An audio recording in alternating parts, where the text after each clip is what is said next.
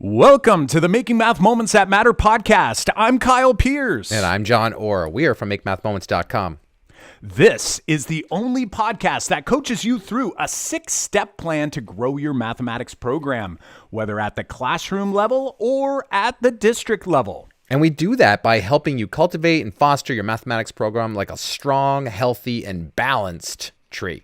If you master the 6 parts of an effective mathematics program, the impact of your math program will grow and reach far and wide. Every week, you'll get the insight you need to stop feeling overwhelmed, gain back your confidence, and get back to enjoying the planning and facilitating of your mathematics program for the students or the educators you serve.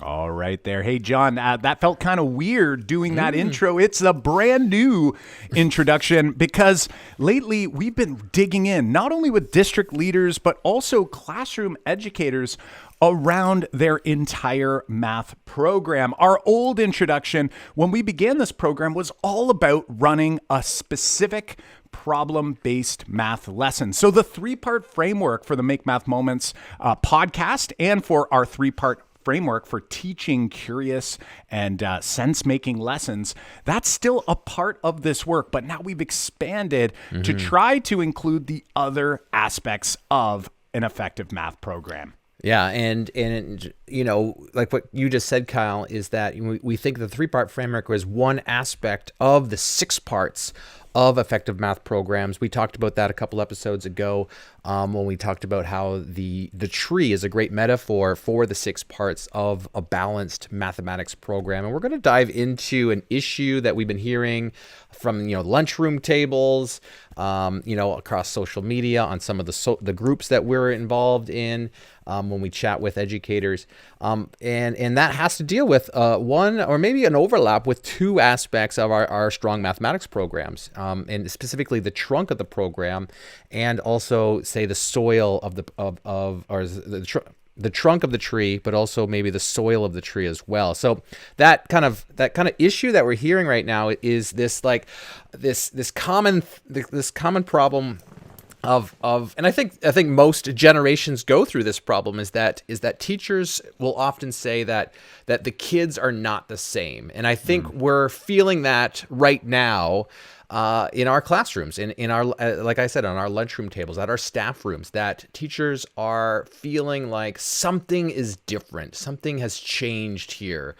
And I think there's a lot of speculation around where that change may have come from. Is it COVID? Is it a change of the kids themselves? Is it social media that's affected our kids? There's a lot of theories floating around here that can or cannot be true, or may not be true. But I think there is a valid concern that teachers feel like something's different here. And in this episode, we want to talk about, how to think about those changes that you may be feeling, and then also how to address it in your classroom so that you can grow your tree strong and wide. I love it, Jon. Exactly. So, one of the big pieces here is that, even though for so many years we've been advocating on how to teach a problem-based math lesson, the reality is before we can actually do that, we have to sort of zoom out and look at other aspects of our math program. And you've articulated it well. Like, we're looking at, who are the students that we're actually teaching, and are they actually different? And I would argue that they are, right? I mean, they've had a very different experience than we had. Even, Jon and I don't want to give away our age here. We're old now, Kyle. We're old. We're now old, considered old, but not that old. But our experience is so different than those students who are sitting in front of us. Not only did students most recently go through a pandemic, right? But they also, pre-pandemic, they also had access to things that we never had access to. Like, we had access to over-the-air television, and it was like Saturday. I remember Saturday morning cartoons. Like, that's when I watched cartoons. It wasn't like on demand. It wasn't anytime I want. Nowadays, the technology, the devices, the social media, not to mention, every household has different sort of expectations or different protocols in terms of how much screen time students should have or their kids should have. Should they have any? Should they have a lot? Do they have unlimited amounts? And that's something that, we can pretend is not different, or we can accept the fact that we're going to have a variety of students sitting in front of us that we now have to think about, hey, wait a second, we need to engage these kids. And the problem is that students have access to so many different things that engage kids in different ways. And let's be honest, a lot of these YouTube channels, TikTok, any of those social media platforms, people and the content creators on those platforms know what engages people, and they know what engages students, what keeps them scrolling. So are we going to try to figure out how to engage kids in our classroom, or are we just going to assume that they should look at us and they should attend to what we're trying to say in our math classrooms? I think you hit on something right there, Kyle, where you were saying that, you know, there's a wider variety, and another way to say that is there's a greater diversity in the students that we're seeing in our classrooms, you know, from, you know, their family and home life to how they learn and how they view school and how they don't view school and what values, you know, they are coming from with home. I think that diversity has grown, and that's a great thing for our society for sure, in our classrooms and our students to witness that, you know, and be a part of that diversity.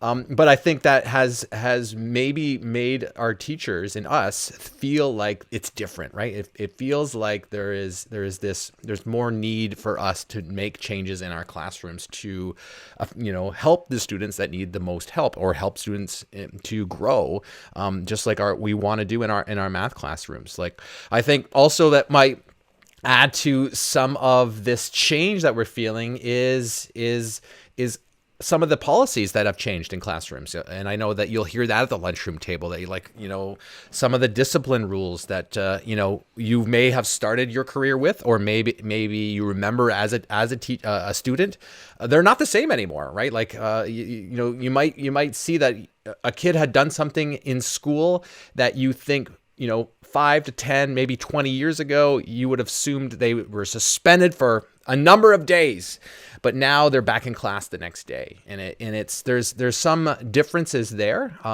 based off, you know, that diversity that we need to work with. I think there's more of an emphasis on helping students understand and cope with situations, and giving them skills to cope with certain situations, rather than punishment and sending kids home. So there's like a more emphasis there, which has changed some of the feeling in classrooms. I know that disciplining, you know, a teacher might say, like, why is that kid back in my classroom? Like, now it feels like that, you know, the principal or the vice principal has not supported me. You know, they're sitting back here, but, you know, they disrespected me, and maybe we didn't have the conversation that needed to happen before that with the student, but it's feeling a little bit different. And so the teacher naturally is starting to think there's differences here amongst the kids, and there's a few things that have come out to cause those differences. Another one here, Kyle, I think other than, say,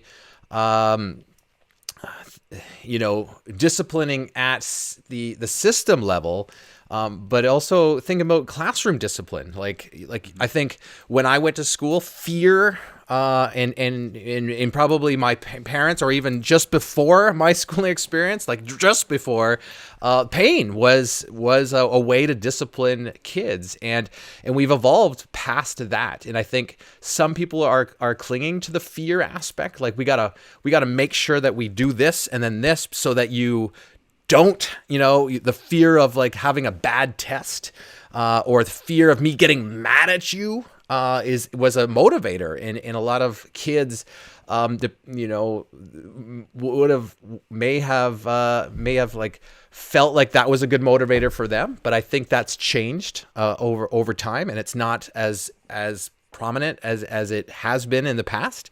And I think rightly so, right? Like, I don't think we should be using fear as an intimidation factor to do mathematics in our classrooms. So we're changing some of these policies that have you know, kids have grown up with these changes, and because you're getting to this point where students know that that, fear isn't going to be my motivator.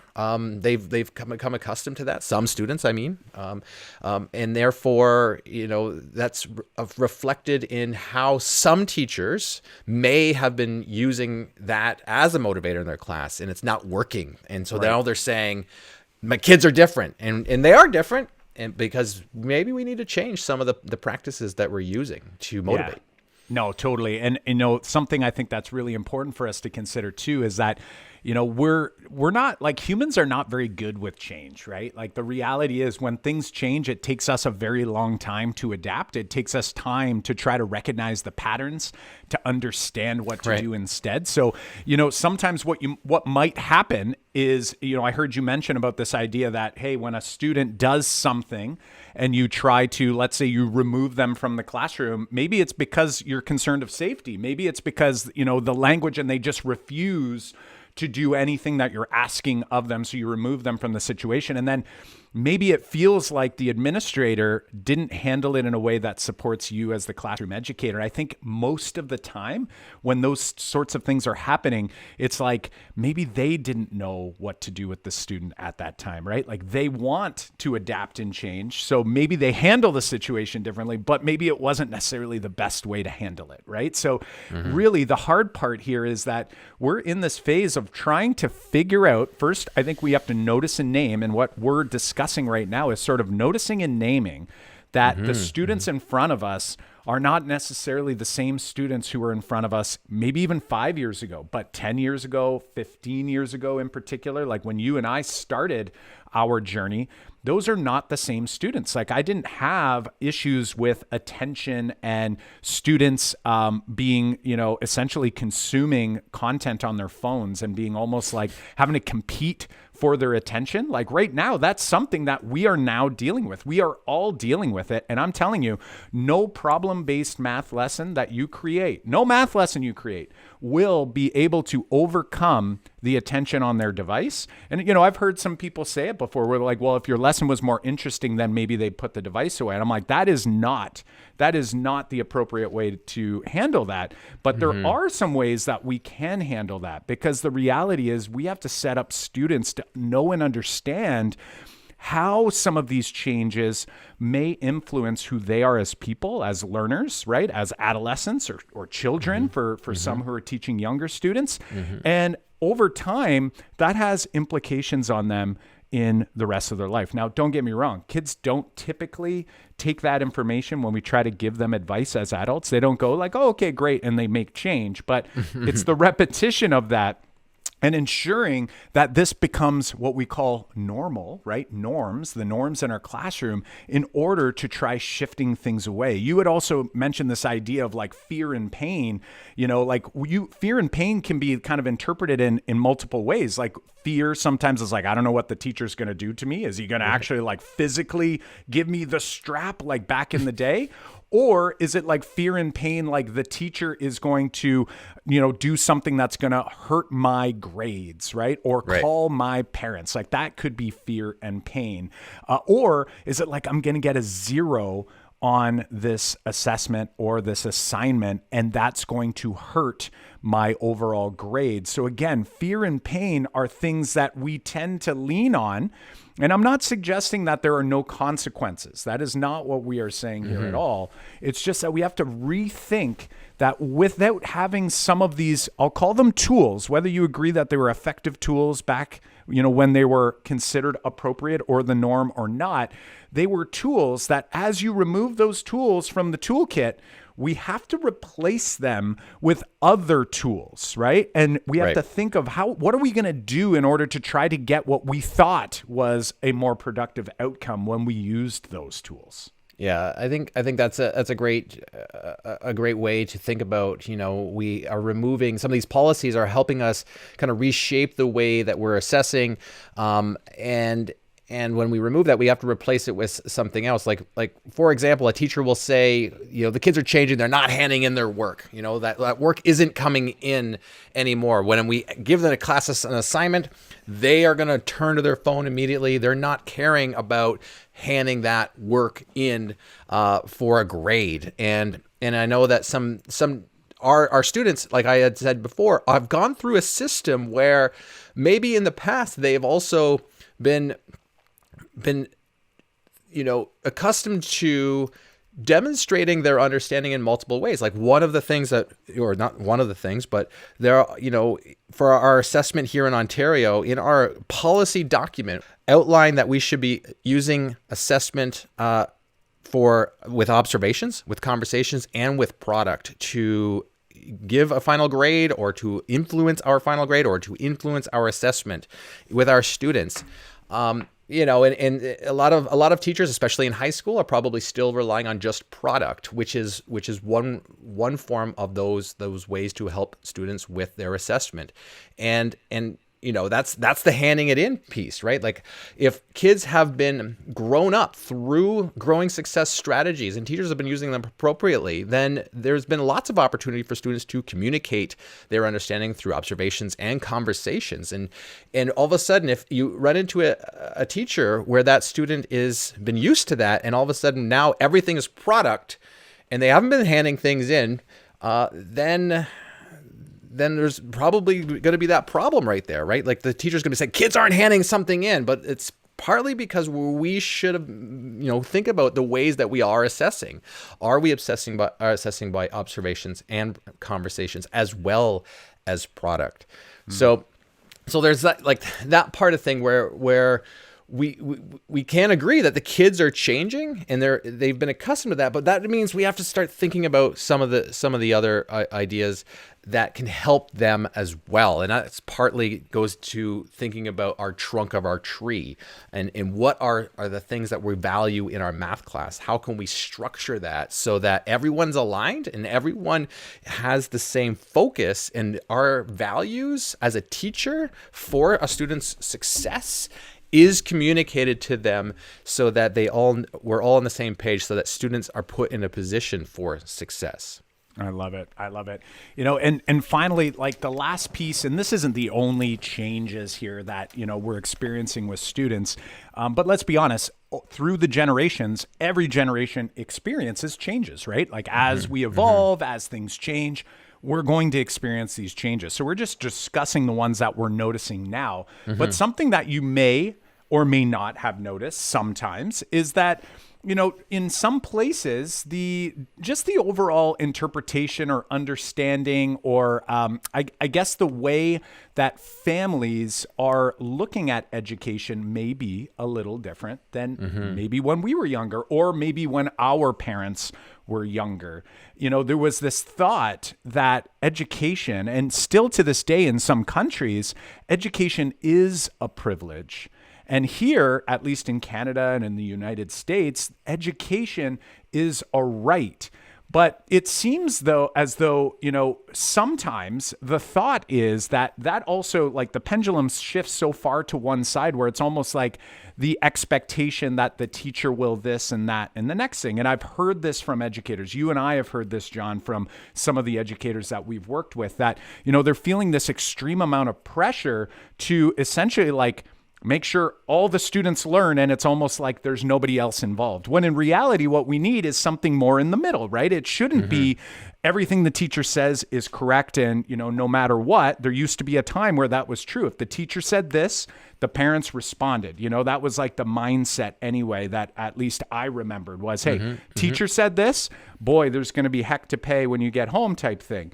Now it's sort of shifted, at least in some cases, where it seems as though there's a lot of, maybe blaming, like the blame is going and the responsibility is going to the teacher, when in reality, what we need is something more in the middle, right? Like we need for everyone to take responsibility. It's not fault, but responsibility needs to be shared amongst the parents or guardians, the student, and the teacher. And obviously, parents and the teacher need to work together to help the student really understand over time, as they get older and work through K through 12, they have to become more and more responsible for the outcomes of the work and the learning that they're doing or not committing to doing on their end. Like that's our role. But the reality is that if you're seeing that, or if you feel in the classroom environment you have that you're seeing that, we have to start thinking about what can we do?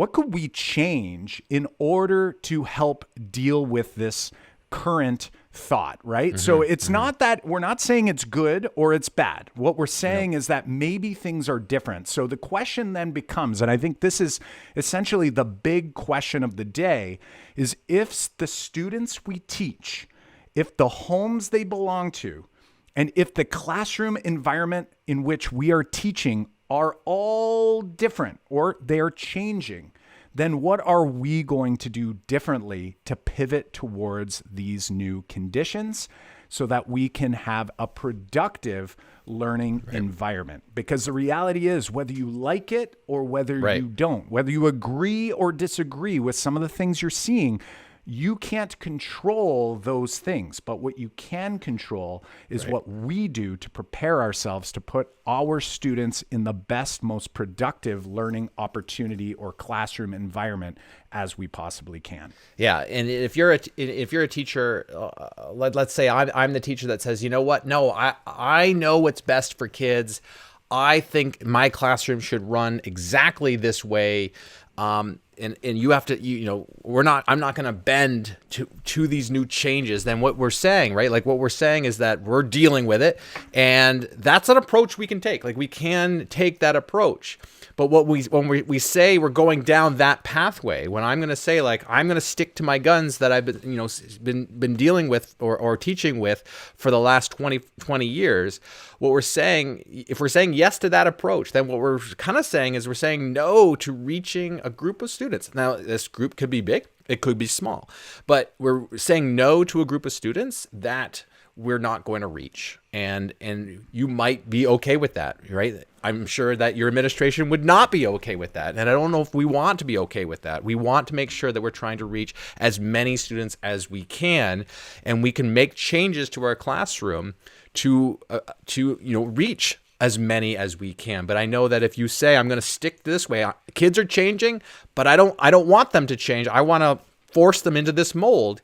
Then you're saying no to reaching some of those students. So if you say you are going to come make some changes, then it's like, okay, what you're saying, Kyle, is what are we going to do to make some of those changes? And this comes back to the 6 parts of the effective mathematics program, because one of those parts we call the trunk of the tree, which is all about setting the norms. You use the norms, Kyle, but we've called these in past episodes the pillars of our classroom. This is not at all specific to a math class. All classrooms should have like pillars of their math class, and the pillars are the values that we want to share with our students. Like good characteristics of a classroom, like thinking about how to help students achieve the highest levels they can. Like we aren't saying like, let's change our whole classroom and to achieve low standards. We want to help our students achieve the highest standards still. But it's like, what are some of those pillars that we can create so that we can share the structures of our classroom, the choices of our classroom, so that everyone's aligned. That I think is the most important part, is when there's alignment between all key stakeholders in the way that we want to support learning. That's where most problems fall away. Most problems will fall away if we are aligned and everyone shares the same common vision. And that common vision can be just, we want the best for this particular kid at this particular time. And I think if we can share those ideas and values to everybody, like I said, a lot of problems just fall away.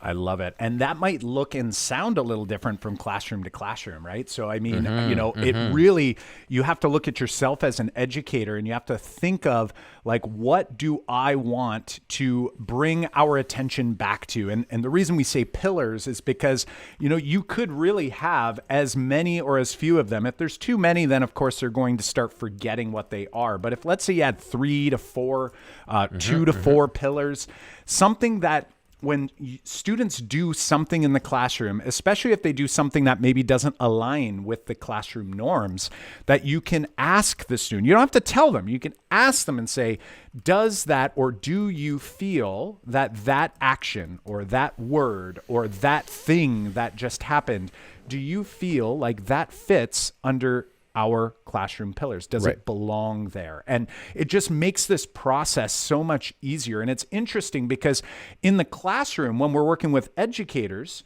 and with our new educator or classroom assessment that we've put together specifically for classrooms, the assessment is different and the report is different that educators get. But when we have this conversation with district leaders, while we don't call them classroom pillars, we call the trunk of the tree leadership, because the same is true there. We start to go down the path of, do all the educators in our system have a clear vision of what we're trying to achieve? Now, the process might look different, but ultimately at the end of the day, Jon, when you do that in your classroom, does it serve to help us reach those goals, that trunk? Does it help to strengthen the trunk of our district program? Or does it maybe hinder? Or is it maybe neutral? Like it's just not helpful and maybe there's something else that could go there. When it comes to the classroom side, there's so many different things that fit in here, but this becomes more of the relationship that you're building with the students, the classroom culture, so that all students in our classroom should know what those pillars are and what we're working towards, so that if they do something, say something happens that doesn't fit within those pillars, it becomes almost self-correctable. We're not saying every student's going to self-correct, but it's the opportunity for them to self-correct is there. And then we, as the facilitator, are trying to bring it to that student's attention and then work with them so that we can try to ensure that issue is more of a minor issue that fades away versus something that turns into a major blow up that, where students are being kicked out of class and sent down to the office. Yeah. And I think when you create your pillars, so like when Kyle was saying, like, you want to think of your values, like what do you want to hold true, with you and your students in with the time that you have together. One way to just start this kind of thought process is to think about, in 5 years, you meet your student, in public, and you ask them, like, what did you learn the most, in being in my classroom? And thinking about what you want them to say can help you shape what your pillars are. And if you structure, the pillars in a certain way, they can help kind of craft what rules and what kind of norms happen in your classroom. But what they could also do is challenge existing rules and norms. You could say, like, I used to do it this way, but if I want always this value to come out, then maybe this rule that I've kind of stuck to for the last little bit doesn't make sense anymore. Like, for example, I've talked about this on the podcast a number of times, is I used to be lates was a big thing, and it was a big thing for me for a long time, that a kid would show up late and I would give them the stink eye. I would give them the angry face. I would no matter what the reason was, it was late. If you were sounds late, like fear and pain strategy. Right. If you were late, I was, making it hard on you to come to class. And when I thought about my pillars later on, and thought about some of the things I value, like my pillars are when I teach my classes, we start with introducing the pillars on the very first day, because everything will stem from the pillars. And the pillars that I use in my classroom are, we're striving for curiosity. So we're thinking about everything that we're going to do is we want to be curious, and we go through the reasons, like, why that's important, right? Striving for, if you learned anything on your own, it was because you were curious to do so. And when curiosity is going to open our minds to being able to experience new things and new ways of doing things. So curiosity is like one of the most important things. It also fits in line with how we structure our math lessons, is we want kids to be as curious as possible. So we create lessons so that students step into that curiosity. So we make that a pillar. Like, let's make sure curiosity is up front. I'm going to ask you to be curious all the time, and all you have to do is step into that pillar, and kind of think about why that's important. Another one is striving for creativity. In math class, we've always said, the math teacher wants you to do it this way, but we know from research that students representing their thinking in multiple ways is a key to connect ideas together, and we need to connect and strengthen their thinking. Like if we're thinking about, adding fractions, we want to be able to, students to be able to use different models, an area model, a number line model, maybe a set model. And so we want them to make those connections. So being creative is really important in our class, and it's going to dictate how we ask questions in our class and the problems we're going to do. I'm going to ask you to model that a different way because I want to see different, your creativity in different ways. A third pillar that we use is persevere to create growth. We value growth in our class, but we also know that's going to be challenging. And so creating that atmosphere of growth helps to shape some of the rules of our class, like our assessment rules, thinking about being late, why that might conflict with some of my previous rule. If a kid shows up late, I know that, but I'm valuing their growth. What can I do to help them grow a little bit and then value that growth? Like me preventing them from coming in the door, I think, and then stopping them and then, giving them trouble just because they're late without even talking to them about the reasoning they're late, I think goes back to violating, like, I value your growth as a student. You should value your growth as a student. Let's make sure we welcome you in so that we can make sure that growth happens. Like that rule had to change for me because I thought it violated that particular pillar. The final, I have 4 that I share with my students. The final one is strengthen collaboration in our class. We know that if we can talk about math in an open, safe way, then our students are going to be stronger because of it in their math ability. And so we want to make sure that we are collaborating on a regular basis. We don't want students to walk out the door, at the end of the year and not know 5 students' names. After the semester or the year is over, because if that was true, they were probably held back so much of their thinking in the class because they were worried about what they might say in front of people. This is, middle school, high school, students often won't raise their hand like they do in elementary school because of fear of, being made fun of or looking foolish for saying the wrong thing. But if we can be collaborative and everyone feels safe, then that can create a better learning environment. So those are the 4 that I used in my class. But the main point that I was trying to make here in this part is that when you create your pillars, they can go back and challenge existing rules, and you should think about the rules you've set in place and how they're reflected in your pillars. Oh, so something that pops into my mind right away, John, is wait a second. You, sir, Mr. Orr, just said you want us to persevere and grow. And wait a second, you just assigned me a 0 over here for handing something in late. Does that fit in that pillar? And that exactly. Makes it, so this is a really great activity for not just students, but again, it's important for us as well to start revisiting and essentially maybe not revisiting is the wrong word, because sometimes it's just we've always done things a certain way and we actually haven't reflected on them. Like we haven't thought about the impact or the influence they may or may not have on learning, on students, on the classroom environment that we're creating. Another one, which is really interesting, is like even just cell phone norms for your classroom, right? Like rather than what I heard you just say is, hey, when I come into my classroom and I have my pillars in mind. Some teachers want the students to co-construct the pillars. Let's be honest, just like a great math lesson, you should know what those pillars are, what they need. It doesn't matter what they are, right? You can adapt. If they want to develop and call them something different, you just want to make sure that there's enough. And if they're missing one, you can add it in, just like in a consolidation. In that lesson, I go, well, wait a second. Here's a strategy that Mr. Pierce thought of, and I want to share it with you because actually this is a strategy that I know based on what I know about math. This is going to come out later. Well, guess what? There's this pillar that, I love the ones we've come up with, and I want to keep each one. I'm wondering about this idea. You can give them the low-hanging fruit and say, what about this idea? Does that fit in the pillars? And I guess another question is it important for us to have something that addresses it? And they go, ooh, it doesn't fit in one of these pillars. What's the pillar that, that works with this one? And then maybe they might say, oh yeah, what about this idea and this idea? Like we need a pillar to actually help us deal with these situations. Oh, we never thought of that. Right. Then they can create it. If they don't, you have it. You have it in your back pocket.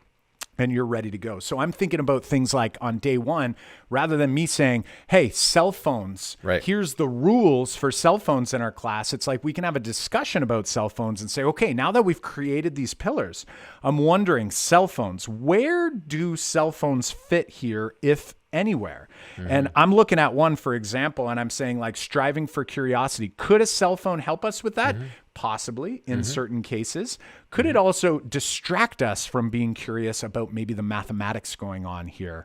Ooh, okay. So that's interesting. So what are we going to do? What norm can we do here? Is it going to strengthen collaboration if we have our cell phones out, or if everyone has free reins, right? And I get it. I've been there. I've tried it. I've done the whole, I want my students to develop like the ability to decide when the cell phone's appropriate and when it's not. Let's be honest. Kids are kids, and some kids in your class might be able to control that. Other students may not. I'm an adult, a grown man, and I struggle. And sometimes I have to take my phone and put it in a different place. So if we have this conversation with our students, imagine. Now, you might get a class that pushes back on that and like, nope, don't want to do it, blah, blah, blah. And guess what? You're still the teacher. You still might have to impose something if that doesn't go the way you thought it would.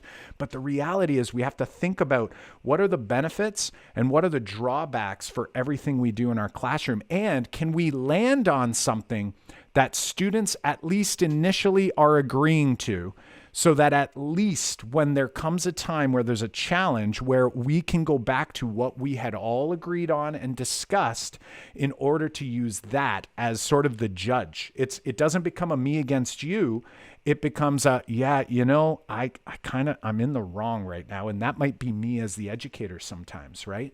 But ultimately, it's building that classroom community, strengthening that trunk of your math program so that you can start looking at the other parts of the tree. You got it, Kyle. And co-creating the pillar is, the pillars is the most, the recommendation that we would make. I think it does a lot of it probably is it falls into a pillar itself, of thinking about the values you're trying to create in your classroom. Like if we think about creativity as being a pillar, then you want to make sure that you give students the opportunity to be creative, and that might, allowing them to brainstorm what pillars there are is following in line with that value that you got for sure. So as we thinking about the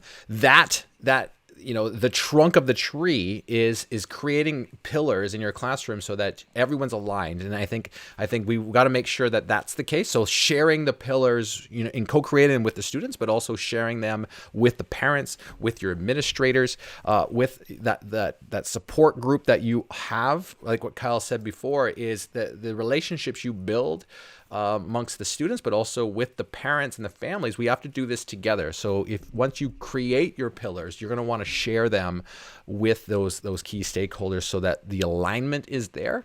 That would be the next step after those kind of pillars are created. So that kind of strengthens the tree. And then what Kyle is saying is that once the tree is strengthened, a lot of issues are going to fall away. You're probably not going to feel like as strongly that the kids are different. Like once you kind of wrap your classroom norms around those pillars and start to create lessons that fit in the pillars, create assessment policies that fit in the pillars, a lot of the issues you may have been experiencing do drop away. I know they did for me. I know that I used to struggle with behaviors in classrooms, with lates, with like some of these problems that you think are not you. And are you going to get rid of all of them? No, but I know that a lot of them fell away once these pillars were shared amongst everybody. And by me amongst everybody is the parents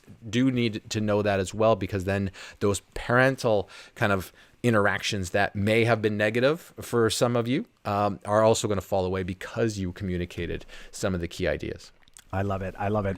And, so we've highlighted one of the 6 parts of an effective mathematics program, which again, we use this idea of a tree. So you're visualizing the trunk, you're visualizing the roots, which is like the content knowledge, like the actual mathematical proficiency in our classroom of the teacher, and how you're going to help them to understand how to be mathematically proficient. You're looking at the limbs, which is like your math professional learning plan. This is for you as the educator to like, how am I going to strengthen the branches and the leaves, which then become like the resources that we have in our classroom, the structures of how we lead our lessons and what that looks like over a 5-day period or over a 10-day period.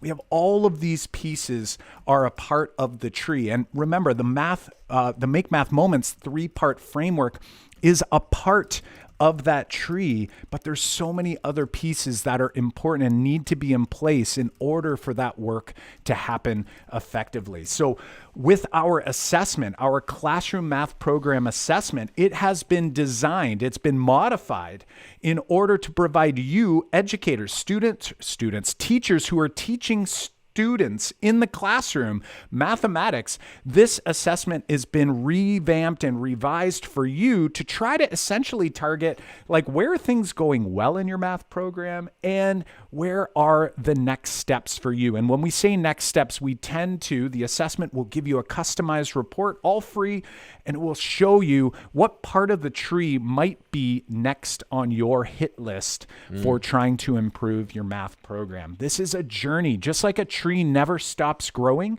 Your journey as a math educator will not stop growing. It'll only stop if you choose, right? But we want to grow the biggest, strongest, most balanced and healthy tree we possibly can so that it can reach far and wide. So if you're interested in learning a little bit more about that, we talked today about the trunk, and in the report, we have some actual actionable items and next steps for those who should be focusing in on the trunk portion of their tree, their classroom pillars. You can head over to makemathmoments.com/report, and that will allow you to take the 12-minute assessment.